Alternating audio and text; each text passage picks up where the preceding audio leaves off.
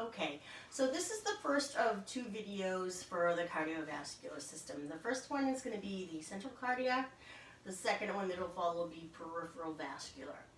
So we're going to start with the inspection.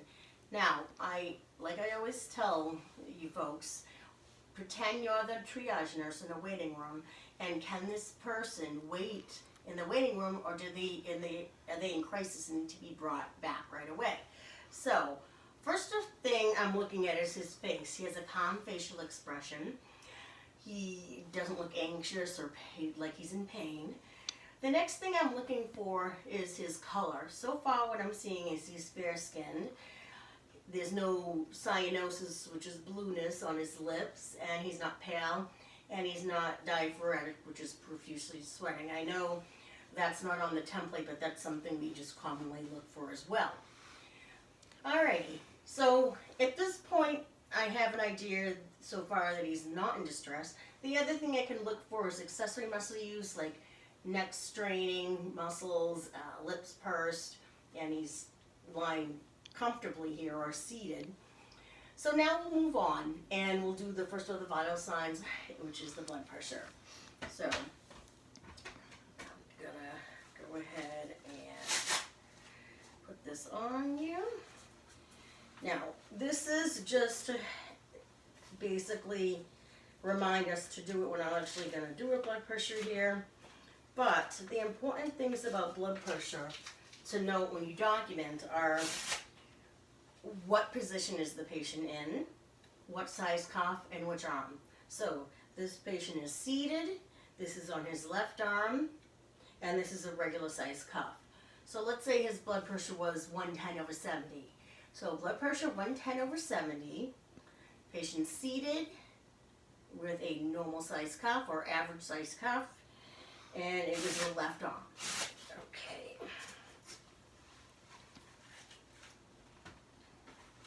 Just gonna move that over. Okay, the next thing we're gonna do is examining the neck muscles. Now I'm gonna need to move around to do this, so excuse me if I block the camera. Okay. So what I'm going to start with is having this patient actually lie flat. So just lift up, and we're going to just lift that down. Okay, ease it down. I know this sticks a little bit. Okay, good. All right, go ahead and lay down. Whoop. Okay, perfect. Now, if you have to practice at home, if you have a lounge chair, this is a really good way to maneuver and make the 30 to 45 degree angle that you're gonna need to do for checking the neck muscles. So I'm gonna start by having the patient lie flat and slowly turn his head. Okay, and I'm gonna see if there's any distension at this point. And often you may see some distension that is not due to any type of, hopefully because the person is lying flat. So now I'm actually I'm sorry, before I have him move on, I'm going to look to see if I see the internal and external jugular pulsations. So we may need you to zoom in, camera operator, right here. And what we're looking for is first to pinpoint the sternomastoid muscle. Can you kind of strain your neck a little bit, like really? Yeah, okay. So right here is the sternomastoid muscle. It inserts into this clavicle. And go ahead and relax again. And the internal jugular vein is hidden within there.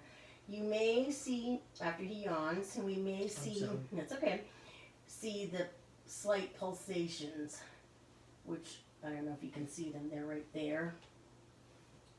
Is the camera zoomed in? Yep. Okay. And then you also may see the external jugular venous pulsations. They are more diagonal. Okay, so now what I'm going to do is I'm going to move the patient's bed to a 30 to 45 degree angle. That's about a 45 degree angle. I'm also going to, again, turn your head, right? Okay, so I'm looking again at the right side of the neck. And if you notice, now his neck almost looks elongated because of the way he's seated, And what was bunched up before is now not as bunched up in terms of the vein. And what I was explaining is sometimes you can see a little distension when you're flat, but then when you're up, it should disappear.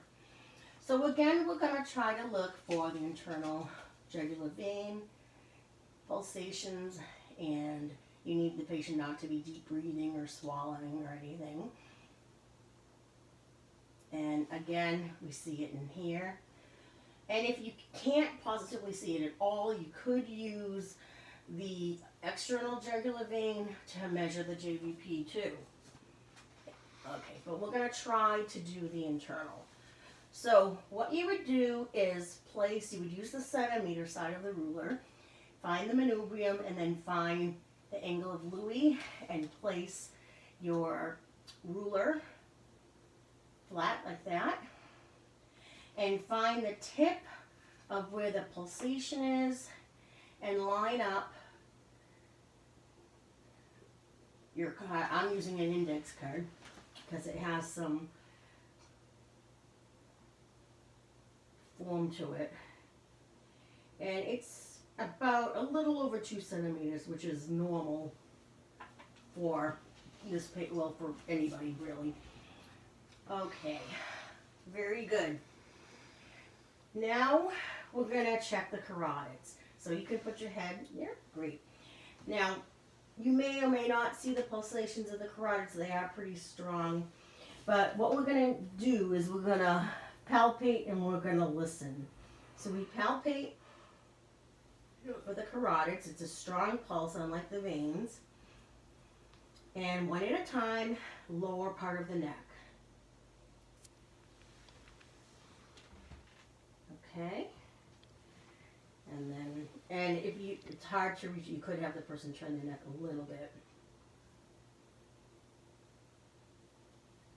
Okay, and both sides are strong.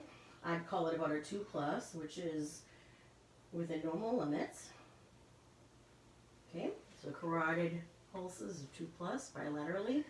And then I'm going to listen with my bell. So that's the diaphragm, the other side is the bell. And place it lightly. You don't want to push it tightly, lightly.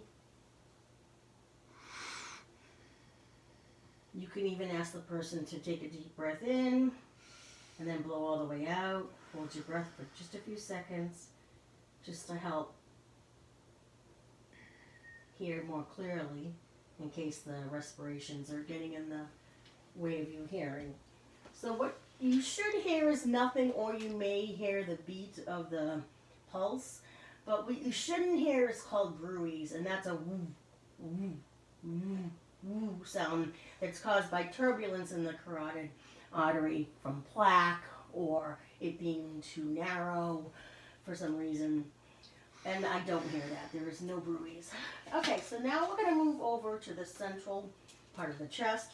We're going to, again, and I'm still looking at the patient. He still has a calm facial expression.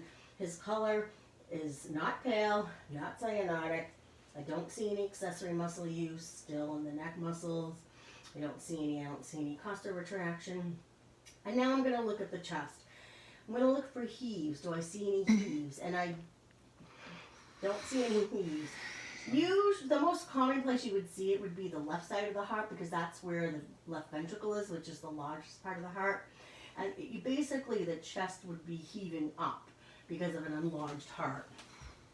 I don't see that. Okay, the next thing I'm going to look for is the point of maximal impulse. Some people call it the apical impulse. This can be a little tricky to see. We're going to need to move the camera more over this way. So the camera person may need to come over with the camera over here. Actually stand up and move over here.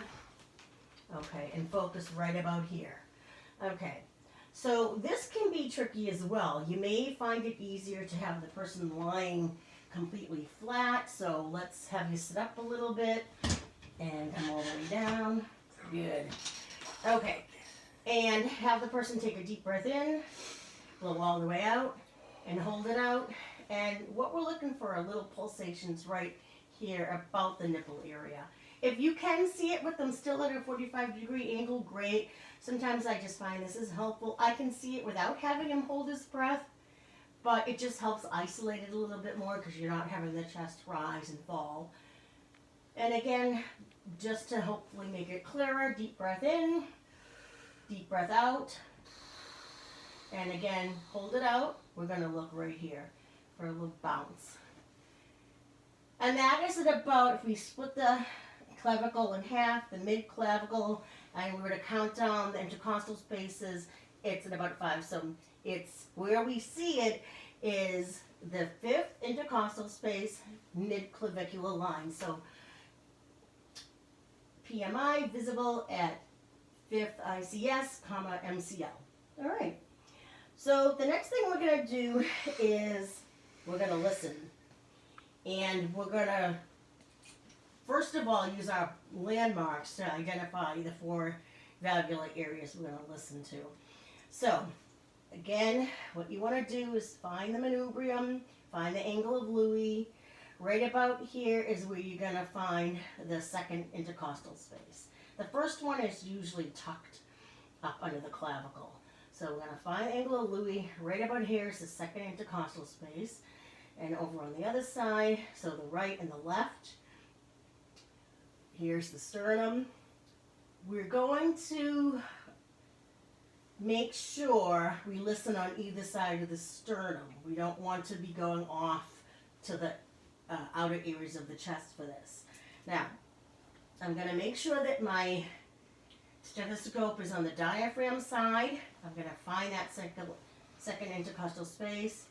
And this is the aortic valvular area. Obviously the valve is not here, but this is where you would hear it best. And I'm listening. And I can hear the S1, S2 sound very clearly. S2 is loud here. That's the dub. So it would be like this. Dub, dub, dub. I don't hear any extra heart sounds or murmurs. Now I'm going to flip and use the bell. Again, this should be off. And this is placed lighter on the chest and I still don't hear any murmurs.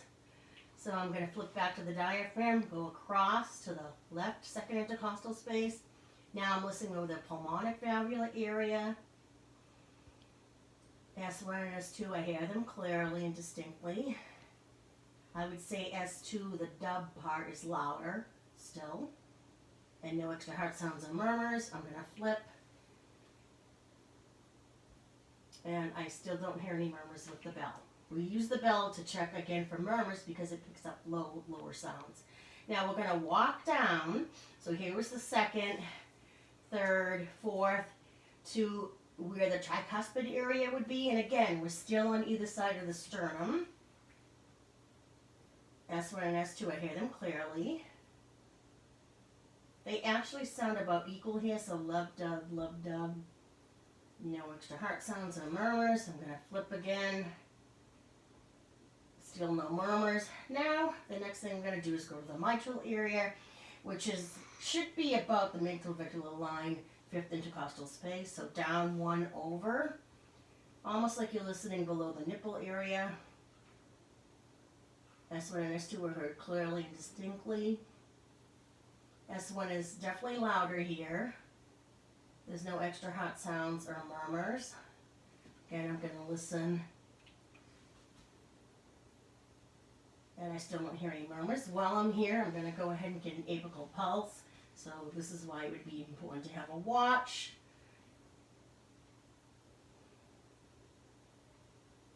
I'm going to do it for 15 seconds. I think technically it's a minute.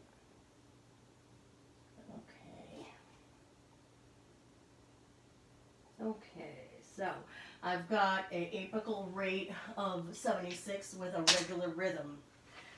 Okay, now we're going to palpate. We're going to palpate for thrills and for the PMI. So first, up on the apical impulse, I'm going to go ahead. I saw it in this area, so I would expect to feel it about the same area. And I do the other thing you can do, but on this lawn chair, I don't think it's going to be wise. Is you could have the person turn to the left side, like, can you try to do that? I just don't want you to try. When you have them turn to the left side, it brings the heart closer, and you can often feel it better there. You can turn back flat again. And I can palpate it, so the PMI is palpable, mid-clavicular line, fifth intercostal space, or fifth intercostal space, comma, mid-clavicular line.